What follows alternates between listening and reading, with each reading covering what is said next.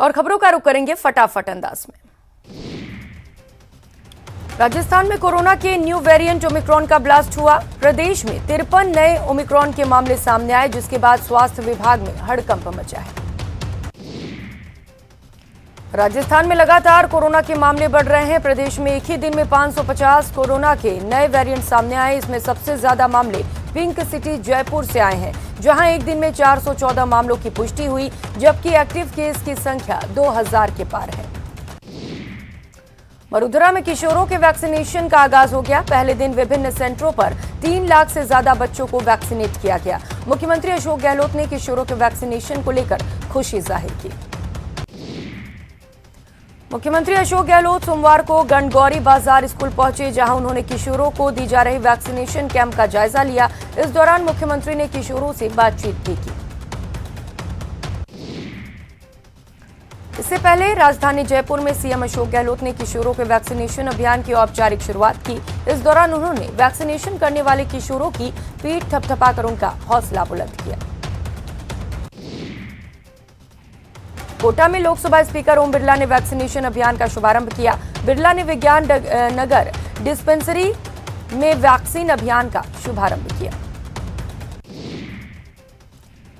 कोटा में positive active case का आंकड़ा 50 के पार पहुंच चुका है। वहीं मेडिकल कॉलेज के कोविड सेंटर में भर्ती 2 कोरोना संदिग्ध मरीजों की इलाज के दौरान मौत हो गई।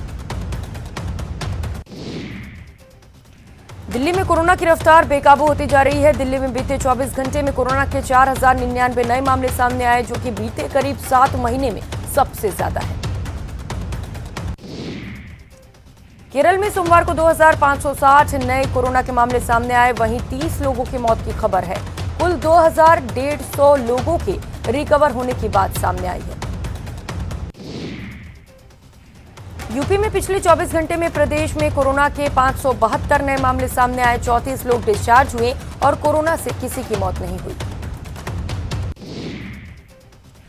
मध्य प्रदेश सरकार ने वैक्सीनेशन का डेटा देते हुए बताया कि 15 से 18 साल के लगभग 10 लाख बच्चों को वैक्सीन लगाई गई है। हमारा लक्ष्य 12 लाख का था। सरकार की ओर से कहा गया है कि लगभग 8923 सेंटर पर वैक्सीनेशन अभियान चलाया गया।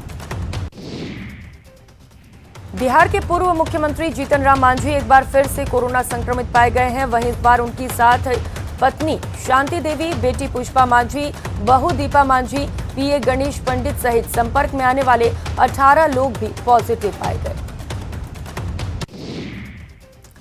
बॉलीवुड लीजेंड एक्टर प्रेम चोपड़ा और उनकी पत्नी उमा चोपड़ा भी कोरोना संक्रमित पाए गए हैं। बॉलीवुड पर साई की तरह मंडरा रहे कोरोना ने 86 साल के लीजेंड एक्टर को चपेट में ले लिया। लाइन ऑफ कंट्रोल पर 60,000 चीनी सैनिकों की तैनाती के बाद भारत ने अपनी सेना बढ़ाने के साथ एलओसी पर अपनी निगरानी बढ़ा दी है। जम्मू कश्मीर में सुरक्षा बलों को बड़ी कामयाबी मिली है। सुरक्षा बलों ने श्रीनगर में 2 अलग-अलग मुठभेड़ में 2 आतंकियों को मार गिराया। जम्मू कश्मीर पुलिस के मुताबिक श्रीनगर के बाहरी इलाके में हरवा ने लश्कर-ए-तैयबा से जुड़े एक खूंखार आतंकवादी को मार गिराया गया। अखिलेश यादव की 300 यूनिट फ्री बिजली के वादे को लेकर जेपी नड्डा ने तंज कसा। उन्होंने कहा कि जो बिजली नहीं दे सकता वो मुफ्त बिजली क्या देगा। उत्तर प्रदेश के मुख्यमंत्री योगी आदित्यनाथ ने अमेठी में एक जनसभा को संबोधित करते हुए कांग्रेस के पूर्व अध्यक्ष और सांसद राहुल गांधी पर जमकर हमला बोला। उन्होंने हिंदू और हिंदुत्व की बहस करने पर राहुल गांधी को लेकर कहा कि जिनके खानदान और पूर्वज खुद को कहते थे कि हम एक्सीडेंटल हिंदू हैं, वे लोग खुद को हिंदू बोल भी नहीं सकते। केंद्रीय वाणिज्य एवं उद्योग मंत्री पीयूष गोयल ने कहा कि योगी आदित्यनाथ ने 1 डिस्ट्रिक्ट 1 प्रोडक्ट को उत्तर प्रदेश में एक विजन के तौर पर बढ़ाया और उसी के कारण इस साल का अनुमान है कि उत्तर प्रदेश अकेला 2 लाख करोड़ रुपए का निर्यात करेगा। जन विश्वास यात्रा का सोमवार को लखनऊ में समापन हुआ। इस यात्रा के दौरान बीजेपी के रणनीतिकार अमित शाह ने अयोध्या में रामलला की पूजा की और राम भक्तों से राज्य में बीजेपी की सरकार बनाने की अपील की। अब पंजाब कांग्रेस अध्यक्ष नवजोत सिंह सिद्धू ने ऐलान किया है कि अगर कांग्रेस पार्टी चुनाव के बाद सत्ता में आती है तो हर महिला को 2000 महीने और 8 गैस के सिलेंडर दिए जाएंगे। लखीमपुर हिंसा मामले में एसआईटी ने चार्जशीट फाइल कर दी है। 5000 पन्नों की इस चार्जशीट में केंद्रीय गृह राज्य मंत्री के बेटे आशीष मिश्रा को मुख्य आरोपी बनाया गया है। कांग्रेस महासचिव प्रियंका गांधी वाड्रा ने लखीमपुर खीरी मामले को लेकर प्रधानमंत्री नरेंद्र मोदी पर निशाना साधा। उन्होंने आरोप लगाते हुए कहा कि पीएम मोदी के संरक्षण के चलते मंत्री अजय मिश्रा टेनी पर जांच की आंच तक नहीं आई और वे अपने पद पर बने हुए हैं। छत्तीसगढ़ की रायपुर कोर्ट ने कालीचरण महाराज की जमानत याचिका खारिज कर दी। छत्तीसगढ़ पुलिस ने कालीचरण महाराज को कथित तौर पर महात्मा गांधी के खिलाफ अपमानजनक टिप्पणी करने से संबंधित मामले में मध्य प्रदेश के खजुराहो से गिरफ्तार किया था। धौलपुर के कोलारी थाना क्षेत्र में दिन दहाड़े बाइक सवार दो बदमाशों ने एक सराफा व्यवसायी के साथ कट्टे की नोक पर लूट की वारदात को अंजाम दिया। बदमाश पीड़ित की जेब में रखे 26,300 की नकदी लेकर फरार हो गए। दौसा के सामुदायिक स्वास्थ्य केंद्र सिकराय में कर्मचारियों के साथ मारपीट का मामला सामने आया। कुछ बदमाश प्रवृत्ति के लोग अस्पताल के अंदर पहुंचे और दवा वितरण केंद्र से नशे की दवाएं लेकर भागने लगे। एनडीपीएस मामले में गिरफ्तार आरोपी पुलिस गिरफ्त से फरार हो गया। पुलिस टीम मेडिकल करवाने के लिए सीएससी लेकर आई थी, जहां से गिरफ्तार आरोपी कांस्टेबल को धक्का देकर फरार हो गया। उदयपुर में हरिदास जी मगरी इलाके में घर के बाहर खड़ी एक बाइक में भीषण आग लग गई। आग लगने के कारणों का पता नहीं चल सका। शिकायत के बाद पुलिस तफ्तीश में जुटी है। कोटा इटावा स्टेट हाईवे पर बाइक को वाहन ने टक्कर मार दी, जिससे बाइक सवार व्यक्ति की मौत हो गई और दूसरा गंभीर रूप से घायल हो गया।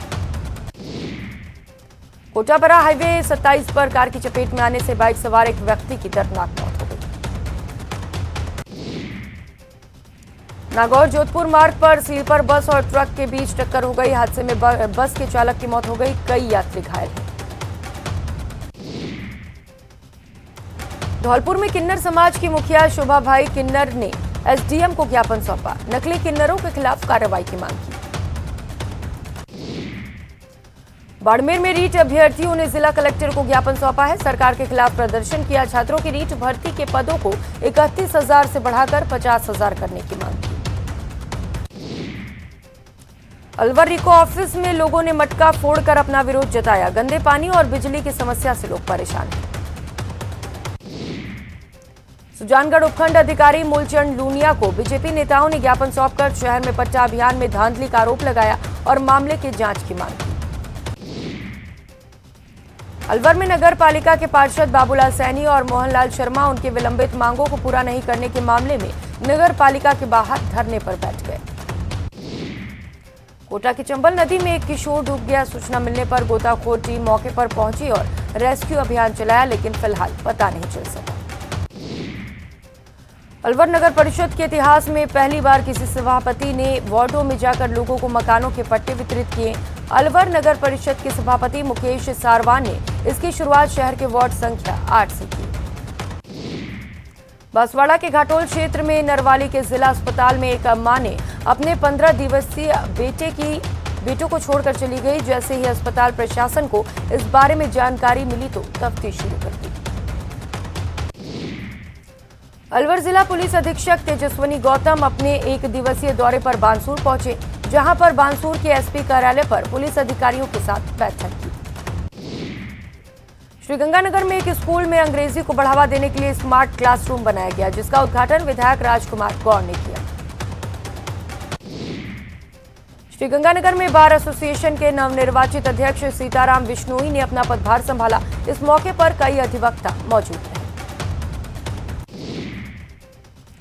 प्रतापगढ़ में प्रशासन शहर संघ अभियान के तहत मंत्री उदयलाल आंजना ने पट्टे वितरित किए। इस दौरान मंत्री ने प्रशासन शहर के संघ अभियान के तहत कार्यक्रम आयोजित किए। इस दौरान मंत्री आंजना ने हरीश आंजना राजकीय उच्च माध्यमिक विद्यालय में नवनिर्मित 5 कक्षों का लोकार्पण किया।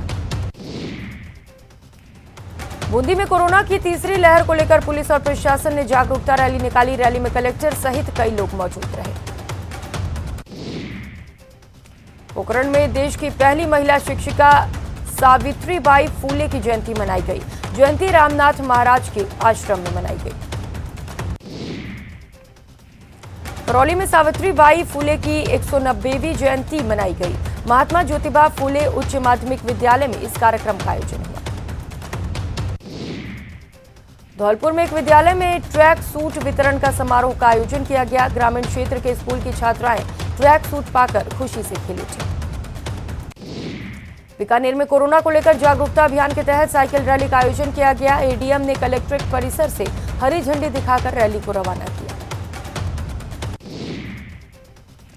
महिला उद्यमियों को उचित मंच प्रदान करने के लिए जयपुर में 16 से 18 जनवरी तक स्वयं सिद्धा हस्तशिल्प प्रदर्शनी 2022 का आयोजन किया जाएगा।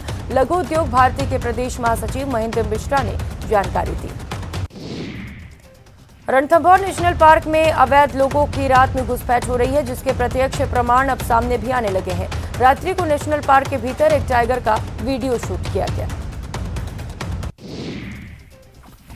भारत विकास परिषद करौली की ओर से सोमवार को राजकीय माध्यमिक विद्यालय तुलसीपुरा में बच्चों को जर्सी वितरित की गई। इस दौरान 184 जर्सी वितरित किए गए।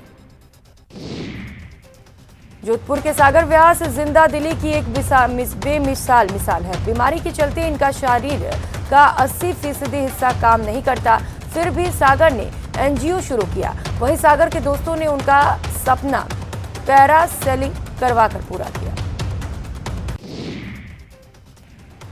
आर्ट ऑफ लिविंग राजसमंद की ओर से जीवन दर्शन आश्रम में दिव्य सत्संग का आयोजन किया गया। बहुप्रतीक्षित दिव्य सत्संग का राजसमंद के अलावा देश भर के करीब 800 लोगों ने ऑनलाइन आनंद लिया। सांसद राजेंद्र गहलोत ने सावित्रीबाई फूले की जयंती पर उन्हें पुष्पांजलि अर्पित की। इस अवसर पर उन्होंने सावित्रीबाई फूले के योगदान को याद किया। सीएम अशोक गहलोत ने इन्वेस्ट राजस्थान 2022 की तैयारियों की समीक्षा बैठक की। उन्होंने अधिकारियों से कहा कि सभी विभाग सहयोग और समन्वय से कार्य करें ताकि निवेश धरातल पर उतरे। अलवर कोतवाली पुलिस ने छुरा लेकर घूमते एक बदमाश को गिरफ्तार किया। पुलिस ने बताया कि मुखबिर की खास सूचना से इसे गिरफ्तार किया गया है। कोटा संभागीय आयुक्त केसी मीणा ने शहर में नगर निगम द्वारा संचालित रैन बसेरों का औचक निरीक्षण किया। साथ ही रैन बसेरों में खामियां मिलने पर अधिकारियों को खामियों को दुरुस्त करने के निर्देश दिए। झालावाड़ के NH 52 पर 2 ट्रकों की आपस में भिड़ंत हो गई। हादसे में 3 लोग गंभीर रूप से घायल हो गए।